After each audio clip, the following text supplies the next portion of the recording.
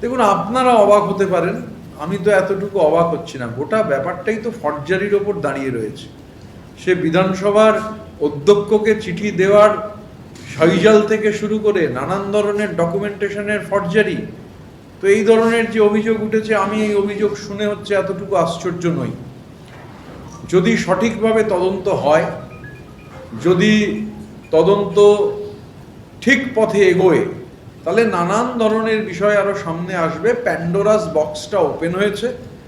আরও অনেক জিনিস, এই যে সেবাশ্রয়কে কেন্দ্র করে আমি গতকাল তো সংবাদ মাধ্যমে দেখছিলাম, আমি আমার বিধানসভা কেন্দ্রে ছিলাম গতকাল সারাদিন, তো সেখানেই দেখছিলাম টিভিতে যে বিভিন্ন ডকুমেন্টেশন সেবাশ্রয় ক্যাম্পের, সেগুলো সব পড়ে রয়েছে, রিপোর্ট পড়ে রয়েছে।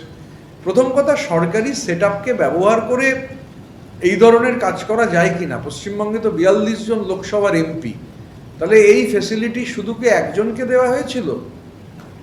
এটাও তৎকালীন রাজ্য সরকারের যিনি প্রধান তাকে বলতে হবে, তিনি স্বাস্থ্যমন্ত্রীও ছিলেন বটে। আমি তবে এটা যেটা আপনি বললেন যে মানে ফোর্জ ডকুমেন্টস বা ঠিক ডকুমেন্ট নয়, বা তথ্য সাপ্রেস করা হয়েছে বা অন্য তথ্য দেওয়া হয়েছে, বিদেশ যাত্রার জন্য উনি মরিয়া, এটা বোঝা যাচ্ছে।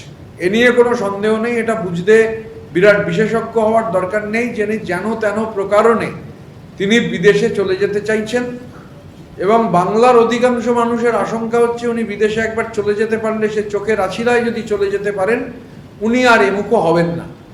বিদেশের কোনো অভয়ারণ্য খুঁজে নেবেন, 30B হরিশ চ্যাটার্জি স্ট্রিটের উঠোনের অভয়ারণ্যের বদলে হয়তো কোনো শেল কোম্পানি বা ক্যারিবিয়ান দ্বীপপুঞ্জ বা পৃথিবীর অন্য কোথাও একটা অভয়ারণ্য খুঁজে নেবেন। তো বাংলার মানুষ এটা চান না যে, এবং মহামান্য আদালত তো বলেছেন এর আগে যে SSKM এর বোর্ড, সেই বোর্ড যদি মনে করে তবে পারমিশন দেওয়া যাবে। তো এই মানে আমি এতে এতটুকু অবাক নই। মানে যা ঘটনার পরম্পরা, যা লজিক্যাল করোলারি ঘটনা, তাতে এতে অবাক হওয়ার কিচ্ছু নেই।